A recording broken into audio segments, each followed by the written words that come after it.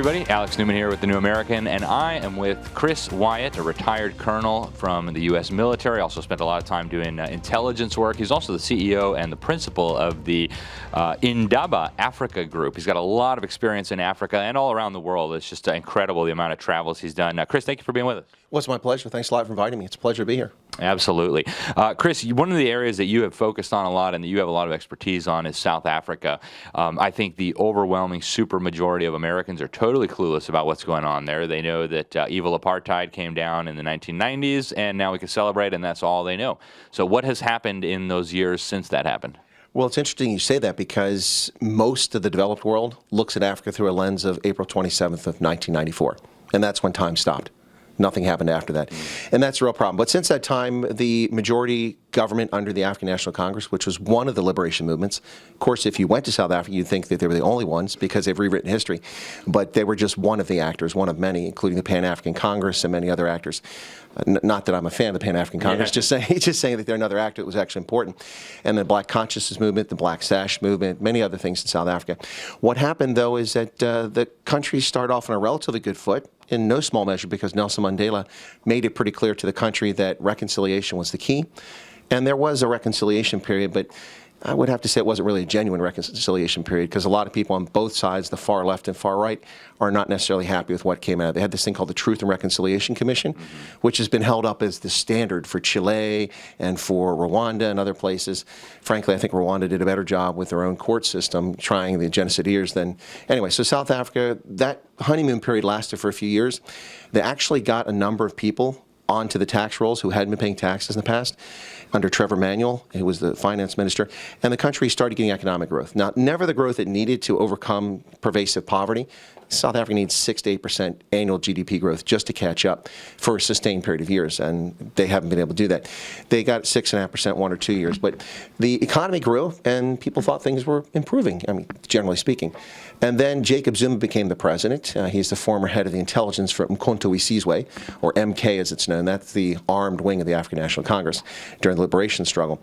He knows where all the dirt is, where all the bodies are buried, and so that's how he became president when they unseated. Now, here's the irony with South Africa is that the president of South Africa is not elected by the people. It's basically a parliamentary system. So the members of parliament select the president. So no one ever voted for Mandela to be president. They voted for him to be a member of parliament, but that's not even true either because he's on a list. So they vote for a parliamentary. It's just a crazy system. But they think it works for them. I don't think it works for them very well. Anyway, bottom line is that Zuma became president when they unseated a guy named Thabo Mbeki because he became increasingly unpopular within his own party because he was kind of arrogant and a technocrat. So they pushed him aside over a decade ago, and Zuma came in. And then it was Our Turn to Eat. If you're familiar with that book by Michaela Wrong about Kenya corruption, it's Our Turn to Eat. And that's exactly what's been happening in South Africa the last 15 years, is the African National Congress has become progressively more corrupt, inept, and they chase qualified people out of the country based on the wrong skin pigmentation. Most of South Africa's best talented engineers in electrical field and things like that are working in France in the nuclear industry or working in Japan and have gone abroad because they've been chased out of jobs. And this is important because much of the economy is controlled by the government. It's ostensibly a capital market-based system, but in reality it's not. It's a very much a social government system, which ironically is the same system the National Party established under apartheid. So you had patronage under apartheid, which favored the white Afrikaans-speaking population, and now you have patronage under the ANC, which favors the majority black population, and specifically mostly the Zulu and the Xhosa peoples. It's crazy. And there's been more and more in the South African press and in the South African government about it's time to go into the next phase of the National Democratic Revolution. Now we need to start expropriating land, farms, businesses, capital, shares, I mean, everything. Do you think there's a risk of South Africa going full-blown communist, and what does that look like, and how long ago were the seeds for that planted, if you think that's where it's headed? Well, ironically, I would say the seeds for first off, you should know that, and the audience should know that every senior member of the African National Congress is a card-carrying member of the South African Communist Party, and they have been since liberation, and well, we call it liberation in 1994. So even Mandela was on the Central Committee. Yeah. He was, yeah. In fact, the Minister of Higher Education right now, Blade Nzimande, is the Secretary General of the South African Communist Party. So they are one and the same in that way. In fact, they have this thing called the Tripartite Alliance, which is the labor unions under COSATU, the Congress of South African Trade Unions, which is the biggest grouping of trade unions, the African National Congress, and the South African Communist Party. So it's a little triad there. The South African Communist Party has never had more than 50 or 60,000 members, and most people just join it just to say they're in it. But they're incredibly influential because all the top ANC members are from that. But this National Democratic Revolution you're talking about, I don't know if that's genuine. I just think that the ANC, I mean, when I say I think, this isn't just, I'm just pontificating here. It's actually analysis and experience here, is that from my perspective, the ANC has just become such reprobates, and they're not willing to deal with corruption in their midst. I mean, during the pandemic, we've seen pervasive theft of state funds, and it's been enabled by international lending institutions. The International Monetary Fund gave $4.3 billion in 2020. The African Development Bank gave $285 million. And the new BRICS Bank, or the new development bank, the BRICS Bank, which they're a member of, gave $1 billion. So that's 5.6 billion, or 90 billion rand at the time. A lot of people in South Africa are talking about money that was looted that the government had, but they're bankrupt. They have no money. They have junk bond status. They can't even borrow. If it wasn't for a loan from the World Bank that just occurred, another loan they just got at basically 1.1% interest. So that's a gift after inflation. You're paying back less than you borrowed. They would have gone under a long time ago. It's a crazy situation. Basically, in some respects, industry is kind of controlled by an oligarchy. Mm-hmm. And of course, the phrase that's being bandied about by race hustlers, that's the phrase I like to use rather than call them racist, because if you call someone a racist in South Africa and you can't prove it, you could be sued. So you got to be careful. Now, words matter in South Africa. And so, I mean, race hustling is what people are doing. They're using race to divide people, and it's just reprehensible. And it's being done primarily against the minority population, which isn't just white South Africans. You've got about just under 5 million white South Africans, which are about half of them are the community known as Afrikaners, descended from the French Huguenots and the Dutch early settlers, but mostly Germans actually who arrived in the Western Cape. And then you have this community of minority, which is much larger, known as the colored community. And no, it's not 1950s, racist America colored. That's actually a term that's a term of endearment for people who are from that mixed race community. And their origins go back to the 17th century. And you're very recognizable for the most part with Dutch or French surnames, usually French or Dutch Calvinist religion. They speak Afrikaans. And that grouping is probably about 8 million South Africans. And they are also marginalized and pushed aside by the ANC, even though people from those ethnic groups are part of the ANC. And then you have the group known collectively as the Indians, South Asians who came over mostly in the 19th century to work the sugar plantations in KwaZulu-Natal province on the East Coast, which is tropical and subtropical. They stayed, and that community is over 1 million, 1.1, 1.2 million people today. So you've got about 12, 14 million people in the country that the ruling party doesn't care about and excludes them from everything. They're excluded from doing business. So when they have this thing called broad-based black economic empowerment, which is simply a racist piece of legislation. So you can't bid for a contract unless your company is majority owned by someone with the correct skin pigmentation. Mm-hmm. Now, if that isn't racist, I don't know what is. I mean, let's turn the script around 30 years ago, and if you're white, that's the right skin color. If you're black, you can't get a contract with the government. Well, now it's the opposite. Mm-hmm. And the world is not paying attention. The world is asleep at the wheel. But then the world is asleep at the wheel on many issues, including the Ukraine. Yeah, they are. And I do want to spend some time talking to Ukraine if we have time. But there's so many things to ask you about South Africa. Do you think they're going to succeed with this expropriation? Do you think they're going to move forward with that? Are they really going to just start going to take people's land without paying them? What is that going to lead to? And how does that fit into the independence movement on the Cape? Do you see that as secession? Yeah, for the Western Cape to secede? I've spent a lot of time living in the Cape. I know a lot of people there. It's a lovely place. It is. But do you think that they will be able to secede? Do you think the central government would let them? Where do you think it's going from here? Okay, well, let's start with the Cape secession, then we'll come back to land expropriation, which is a fairy tale in itself, which is going to irritate a lot of my hate-wanking people that watch my program. I like to call them hate-wankers. But anyway, so the secession thing, there's a big secession movement, and I mean big. There's hundreds of thousands of people in the Western Cape that support it, and we're only talking a population of what? I think it's about 6 million in the Western Cape total. And it's being portrayed by those opposed to it as a white minority racist thing to move away. But there's only 18% of the population of that region is white. Now that's double what it is in most of the country, but it's still a low number. The majority of the population in the Western Cape is colored, mixed race, who speak Afrikaans. The secession movement has three major groups. You have United Liberty Alliance, and you have the Cape Exit Group, and there's another one. And I've interviewed all the leaders of these different groups. They're not political parties. They're just civic organizations, and what they're seeking is a referendum on Cape secession, to leave South Africa. Now, there's a lot of parallels with this. You've got Catalonia in Spain, which didn't work out too well, and you've got a number of other places that are seeking to move away. But in those other places, it's typically an irredentist movement where people are trying to rejoin, another majority in another country or something like that, like in the Donbass with Luhansk and Donetsk. These are primarily Russian occupied or settled regions that used to be part of Russia before they were given by Khrushchev. So they want to rejoin Russia. That's an irredentist movement. But in the Western Cape, there's no irredentist movement. It's simply people who live in the Western Cape who share a common culture for the most part, not exclusively, but Afrikaans language, and then a grouping of people who are tired of their money going to the national government and nothing coming back, and they think they can do well on their own. Now, if you ask me the technical question, could the Western Cape secede and survive? Yeah, it could. And people also ask me, well, what do they do if the South African Army comes after them? Well, you and I and 5 people here in the street could probably defeat the South African Army today. I'm embellishing, but not by much, folks. It's really in a sad state of repair and disrepair. 21% of the South African Air Force aircraft are currently operational. In the late 1990s, the South African government under the African National Congress decided that they needed to modernize the military, which was one of the best equipped, well, in Africa, the best equipped, obviously, but one of the best in the world, one of the best group of fighters. And so what they decided to do was buy Type 209 diesel submarines from the Germans and cruisers, and also Hawk lead-in fighter trainers from the Brits, and then Gripen fighters, which is a fantastic interceptor and fighter aircraft. But the South African military didn't need new fighters and submarines and cruise ships. What it needed was new prime movers, trucks, and armored personnel carriers, and ranges and ammunition and barracks repaired and things like that for the Army. And ironically, most of what the South African military has done since 1994 is peacekeeping abroad. And who's done it? The Army, except when they're HIV positive, then they had to take soldiers and sailors individually from the different services.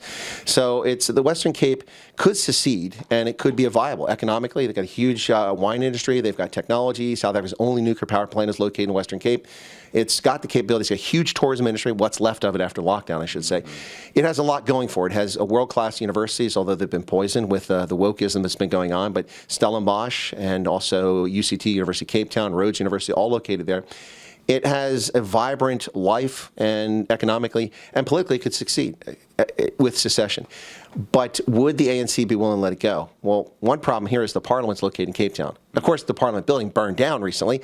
Very conveniently. Well, it burned down because they haven't had a head of security, a permanent head of security, in nearly 5 years. She was relieved, the woman was there. There was a bogus investigation against her, which turned up nothing, and no one's been, she was fired, and then no one's been rehired. She hasn't been rehired to be the head of security. So no one was in charge of security. It was, I don't know, kind of like in January last year in D.C. Yeah. Seemed like nobody's in charge of security, and we'll just leave that there unless you want to go into it. But anyway, I'm just saying, 100 D.C. Capitol Police, that's all it shows up for a demonstration with 5 permits issued by the Capitol Police and 500,000 people? I'm just saying. Anyway, but the Parliament building, which was over a century old, just burned. It was horrific. I actually covered that live as it was going on from South Africa. Wow. It's really a sad situation. But it's a combination of there was no one in charge. The guards weren't there. They were asleep. There were cops that had cameras. They weren't monitoring the cameras. And the place burned for like 3 hours before anyone even discovered it. Initially, the government tried to cover it up and say, well, no, the firemen responded within 6 minutes. True. 6 minutes from the time someone finally notified them, 3 hours after the fire started. It's a sad statement. So the Parliament would have to relocate from there. Another question people goes, well, what about the Navy? Because the Navy headquarters for South Africa is in Simonstown, which is in the Western Cape. Lovely area, by the way. That's where the little penguins are at, if you're in South Africa. They just waddle around down there. But the Navy, that's a very simple thing. The Western Cape say, we don't want your ships. They're poorly maintained anyway. Just take them over to Durban or Port Elizabeth, and you can have them. And as far as the military, there's plenty of people in the Western Cape who served in the military, even the previous military or the current military, that could form a police force and military. So it's possible, it's viable. The question is, would the ANC allow it? Would the international community recognize it? One of the problems with the African Union is that it has the same principle the Organization of African Union had. A founding principle of the OAU in 1963 was that they would recognize all borders. And then for 50 years we had to listen to people whine about, well, we inherited colonial borders. Well, yeah, and then you said they're sacrosanct. You can't change them. That was your decision. You're 63 members in Africa. If you wanted to change the boundaries in Cameroon and Nigeria, you had a chance to do it. But they refused. So the African Union is kind of the same mind, although they're more flexible. We've seen Eritrea become an independent country. From Ethiopia, we've seen South Sudan become a country. And the African Union recognizes the independence of Western Sahara, although Morocco doesn't. So that's kind of a problem. So the African Union might be amenable to it, but I would be shocked to see that. So practically, it can happen. Politically, it's an open-ended question, I think. And then we got land expropriation. You want to talk about that? Yeah, so tell me, do you think that's going to happen? I know I get a lot of emails from people in South Africa that are very concerned about this. Do you think that'll eventually move forward, either with the EFF getting more share in Parliament or the ANC just going ahead? I know a lot of their leaders have said they support it. Do you think it's going to move forward? Well, let's give a little backdrop first to explain what's going on here. First off, the land issue in South Africa is pretty much just a lie. Let me explain why. Were people defrauded of their land under apartheid government? Absolutely. Was it morally wrong? Absolutely. Should they be compensated? Absolutely. Guess what? Almost all of them happened. What? Yeah. No, from 1995 to 1999, there was an open window for anyone to make a claim. By the way, it wasn't just black South Africans that lost land. White South Africans did too, but most of them were compensated with other land.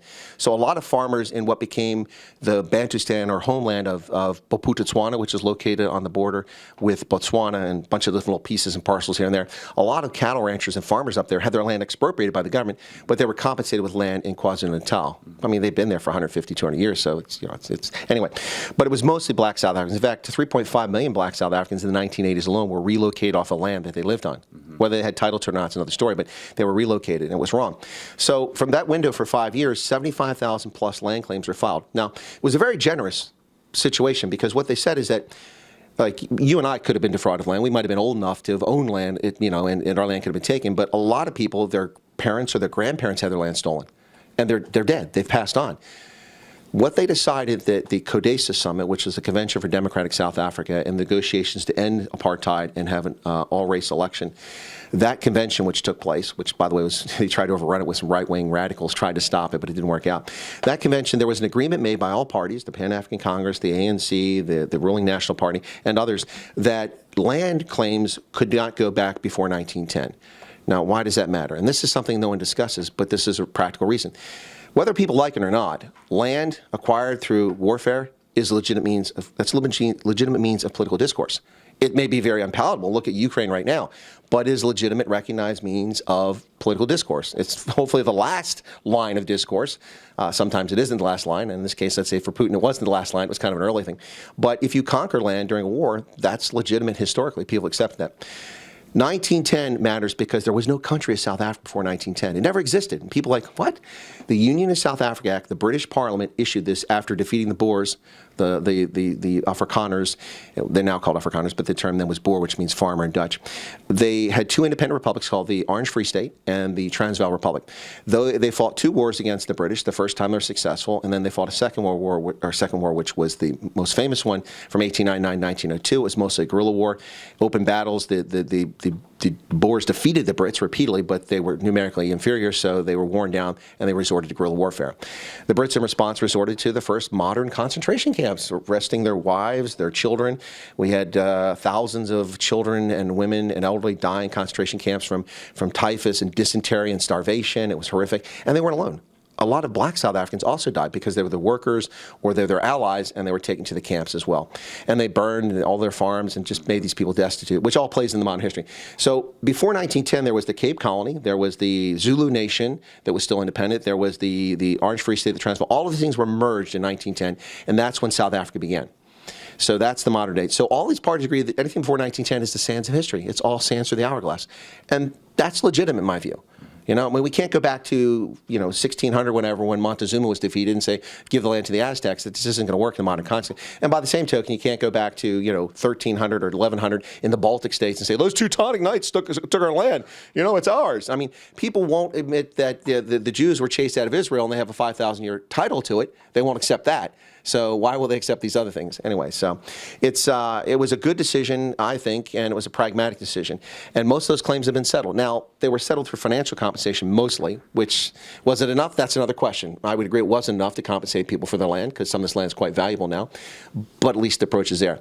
When Zuma became president, another window opened up as illegitimate. They had 141,000 additional claims that were put in. Most of them are fraudulent or duplicate claims people put in the past that they weren't happy with the outcome. So the system has been clogged up. But the bottom line on land is that there's a mechanism in the South African Constitution right now. It's been there all along. It's in the Constitution since the late 1990s.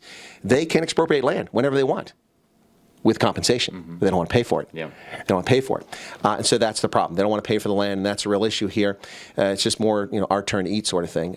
Here's the other thing. The ANC says they want to put 1 million black Africans on farms in a few years. The rest of the world is reducing the people working on farms with mechanization, automation, and becoming more efficient in food production. They want to put people, in my view, in perpetual poverty. We're having small-scale holdings instead of being large industrial farmers. The key to South African prosperity is education. Education today, for most South Africans, is worse than it was under apartheid, and that's sad. Yeah, so that's kind of sad. Yeah. Yep, there's a lot of things. Life expectancy has gone down quite significantly. It's quite interesting. Another question I want to ask you about what's going on in South Africa, and I know we're almost running out of time, but the influence of, first of all, the United States and the U.S. intelligence community, in Rhodesia and South Africa and all the things that have been going on there, and also now, more recently, the influence of communist China. Let's start with U.S. influence. Do you think it was positive, and can you talk a little bit about the role of the U.S. State Department, the U.S. intelligence community going back through the 60s, 70s, even into the 80s? Well, that's a lot, but what I can say is that the U.S. had a role in Southern Africa. And the irony is that we were perceived as supporting the minority apartheid government, and then by many people in that government, we were perceived as not supporting them and supporting liberation movements. The sad irony for all of this is that the liberation movements across Southern Africa, kind of like Diop in Vietnam, he actually approached the United States. They wanted to ally with the U.S. when he was fighting for independence in Vietnam from the French, and we had an American Army officer that was there, and it didn't happen. It's perhaps historically unfortunate, never happened. Vietnam would have rolled out differently potentially, but I don't even know if geopolitical would work. But same thing in South Africa and Rhodesia and Southwest Africa, which became Namibia, and Mozambique and Angola. The U.S. found itself on a side of history supporting the colonial powers that were there and then their offspring. South African government, the governments elsewhere. And what happened was, with no one to turn to, these movements looking for liberation looked where they could help. And that was East Germany, the Soviet Union, China, and that's where they found succor and refuge and support, and that's who they turned to. And we're living with the consequences of that today. Now, the U.S. intelligence played a role in South Africa and in the region, particularly for Rhodesia. We also, with other actors, this isn't a state secret, the CIA was engaged in Angola. We supported Holton Roberto with the Front for National Liberation, the FNLA in Angola. He just died about 10 years ago, too. He's been around for a long time. And that was definitely the wrong horse to back. If we're going to back a horse, we should have backed Jonas Savimbi at the beginning, because the Marxist government of the MPLA, the Popular Movement for Liberation of Angola, they still rule to today. And they're also a very corrupt government, too. They just pilfer money, and most of the country is desperately poor. So the intelligence community in U.S. foreign policy in Southern Africa wasn't always on the right side. In the 1980s, under Chester Crocker, who was responsible for Africa in the State Department, we had this constructive engagement approach, and it was heavily criticized. Reagan was against sanctions on South Africa. That was also criticized. And people think that sanctions ended South Africa. No, the reason South Africa, the National Party, ended is for a couple reasons. For years, they convinced the minority white population that there were two real threats to their safety and their sovereignty, and that was the red threat and the black threat, the Swat Geva and the Hui Geva. And so, after many years of neighboring states having black-ruled governments that weren't imploding, and they weren't, Botswana right on their border, wasn't collapsing, and they had a reasonable democratic government, it was harder to sell the black threat. Plus, it was morally repugnant. People were tired of apartheid for many reasons. And then the other thing is that when the Berlin Wall collapsed and the Soviet Union disappeared, the raison d'etre, the reason for existing, was gone. But what people don't realize is that the National Party was very much a socialist party in many respects. It ran state industries like Sasol, the state oil producer that takes the Ribbentrop process to take coal and convert it into petroleum. They also had a state-owned airline, everything. The rail lines were all run by the state, which is still the case today. The national utility running the power, which is a disaster, was run by the state, but it worked effectively. The Afrikaners and the National Party, to their credit, when they used patronage, they at least hired competent people. The ANC doesn't hire competent people. It just hires people with loyalty. What matters in South Africa to get ahead is loyalty to Luthuli House. Luthuli House is the headquarters of the African National Congress, and if you're loyal to the party, then you're rolling in the hay. So the State Department, since the end of apartheid, I think has kind of been looking through glass houses. They think that things are wonderful in South Africa, and they're reporting. I've worked with many of these people there, and I've been there many, many times in official capacity. I think many of these people just really don't get what's happening in South Africa, or maybe they just don't care. Some do, but I don't think that back at Foggy Bottom, people really pay close enough attention to it. The South Africa, just very quickly so we wrap up here, South Africa traditionally has a political appointee. It's not a place where a career diplomat usually goes. Sometimes, but oftentimes, people like Jendai Fraser and most recently Lana Marks, who was not very popular. She spoke at CPAC this week. Really? Yeah, I missed that. I was on a program for South Africa at the time, so I missed her speech. But these are political appointees, and sometimes political appointees are rock stars. They're really good at being diplomats. They really know what they're doing, and sometimes they're rocks. So I would say that our foreign policy in South Africa has been, in my view, a bit wrong-headed at times and really hasn't accomplished a whole lot. Other than keeping South Africans alive, we've spent billions of dollars providing antiretrovirals and money for development for education, which has helped somewhat. But I don't know that we've really accomplished the things we need to for the U.S. strategic interest there. And I want to ask about China now. The ANC in their foreign policy document some years ago, they said that Communist China was the guiding lodestar of our struggle. And I understand the Communist Chinese are working very closely now with the South African military, with the South African police service. I mean, they're like in everything now. They're buying up massive amounts of assets. And it's not just in South Africa. It's all over the continent and in America as well. So what do you think about the Communist Chinese influence in South Africa and broader Africa? Is it a threat? How should it be dealt with, et cetera?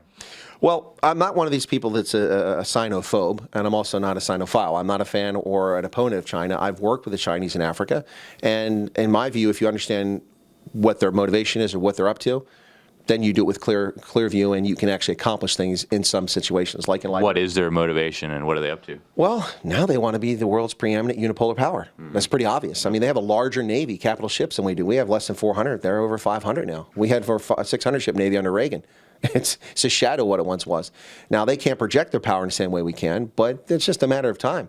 I mean, we've been busy sponsoring their entry into the World Trade Organization, knowing full well that they would never follow the rules and break them with informal tariffs and barriers and formal tariffs and barriers, bans on imports. You know, they've been breaking all the rules, and no one's held them to account. And this is the fault of corporate executives in this country, our government, under successive presidents. Bush went along and did the same with this. Obama deep into this. Trump made an effort, but he was distracted by so many things and fraudulent attacks against him, like the Russia collusion hoax and all these other things, that it really undermined his foreign policy in some respects. Nonetheless, he had some really big achievements. But by the way, I'm not a Trump person. I've got my issues with Donald Trump as well. In the interest of full disclosure, I did vote for him twice. Yeah. First time, I was reluctant to, and I was wrong about what he was going to do. He actually governed, arguably, as the single most conservative one-term president in the U.S. history, I would argue. Anyway, and then Biden is just even more of a disaster with China, what's going on here.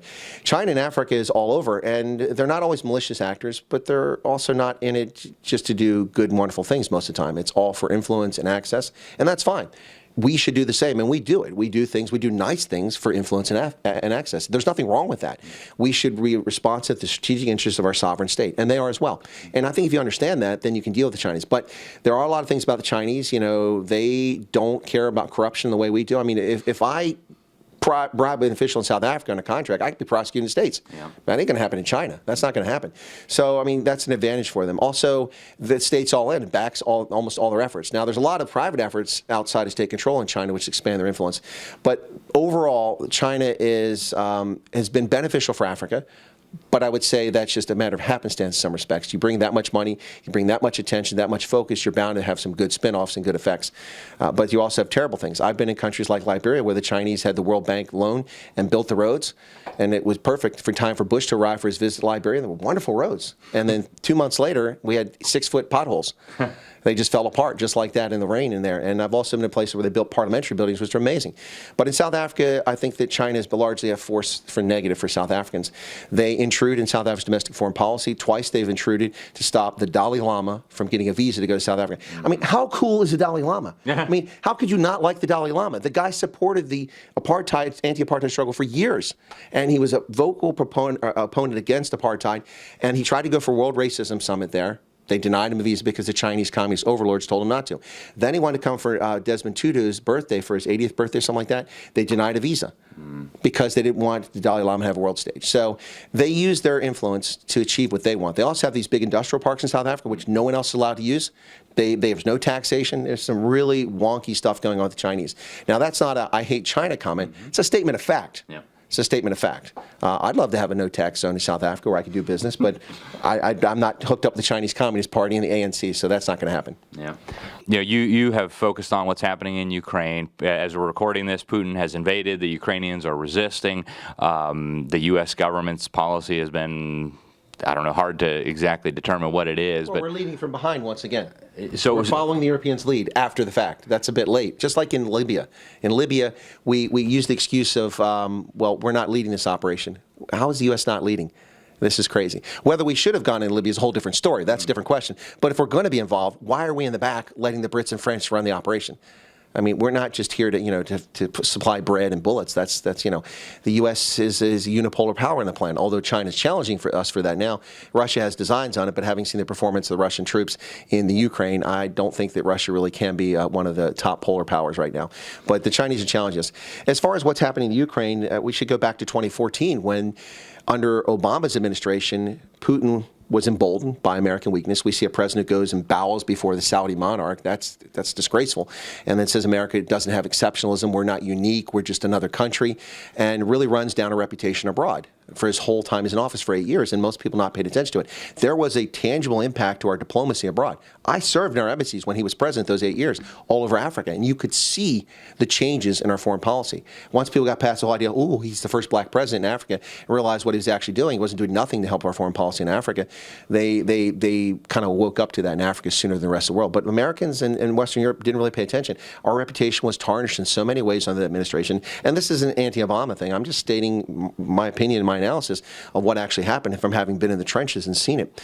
Well, in 2014, the Russians invade Crimea, the most strategically important part of what belonged to the Ukraine. Now, it's almost all Russians live there, but that isn't germane. It was Ukrainian soil.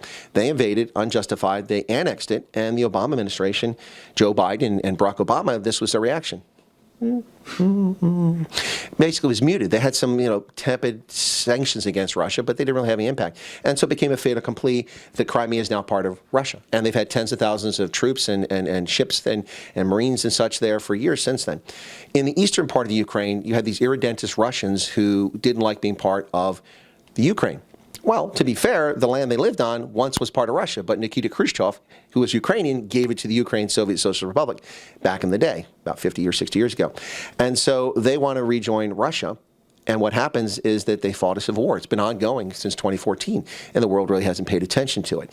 And in fact, it was a civil war that included Russians disguised as local nationals coming in, fighting in the conflict, and bringing in advanced weaponry, including air defense systems, which shot down a commercial airline. I think it was a Malaysian airline, if I'm not mistaken. Killed over 340 people, if I recall correctly. And, you saw pictures of people still strapped in their seats landing, and it was horrific. And what did Obama do? Nothing. No response. The actions that are finally being taken in the past couple days, being led by the Germans of all people, who are really going to pay a price for this because they're so dependent on the energy coming from Russia.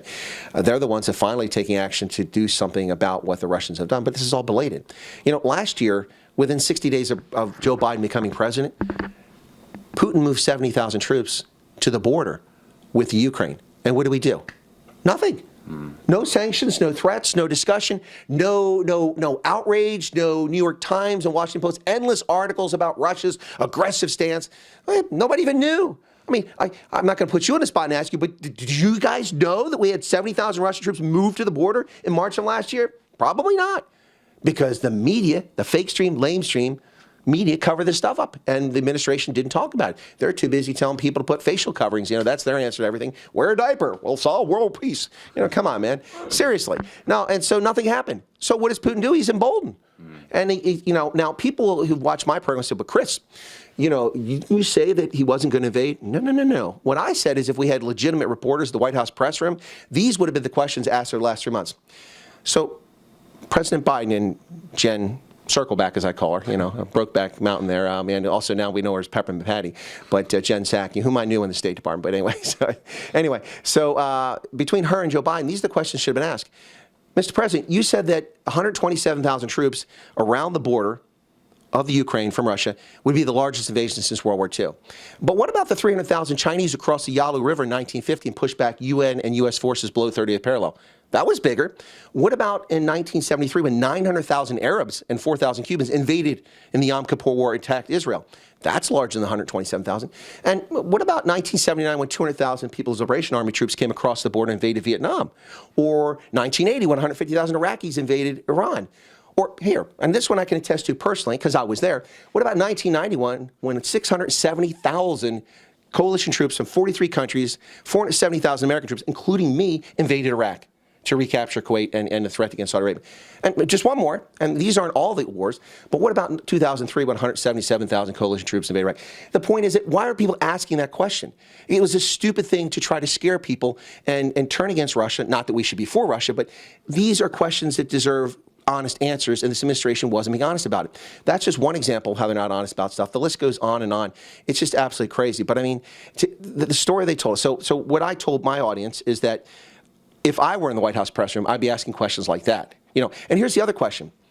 And no one can answer this clearly today. And you know why? Because in the intelligence world, the most difficult thing to figure out is intent. We can figure out troop movements, we can figure out moving target indicators, and maybe satellites, maybe we have those, we can do that. I can neither confirm or deny that. But anyway, well, Carter said we have them, so I guess I can confirm that. But anyway, the point is that you have all kinds of information which you can turn into intelligence with analysis. But anyway, I can go on for this for hours. It's very frustrating. But intent is almost impossible to prove unless you know the person, and even then they could be deceiving you. So how do we know what Putin's intent is? And that's a question that should have been asked. When the last 3 months, Biden and Psaki have been saying, hey, he's going to invade. Now we know he's going to invade for sure. This was a question, and I asked this question if I'd been in the White House press room. Why? What does he gain from invading? What does he gain? Russia is stating that they want Ukraine not to be a NATO member, and they want NATO further away from the borders. Well, if he invades Ukraine, not only does he have the Baltic states of Latvia, Lithuania, and Estonia on his border, now he's moved hundreds of miles further west, and he has NATO right next to him in Poland and Romania. That makes no sense. Ultimately, I don't know what his goal is here, but I suspect he probably would like to fix the borders a little bit at a minimum and take the eastern third of the Ukraine up to the Dnieper River, which would be more of a natural physical barrier. And, I don't know. But they've never addressed his intent, why he would do it. Now we see Condoleezza Rice saying, I think he's... this isn't the Putin I knew. I met with him many times, and he seems a little off kilter here. Maybe he is. Maybe he's gone wacko, maybe he wants $1 billion. I don't know. But Dr. Evil. But the point here is that intent, why aren't they answering that question? Because they don't know, or the narrative won't address the narrative they want to push.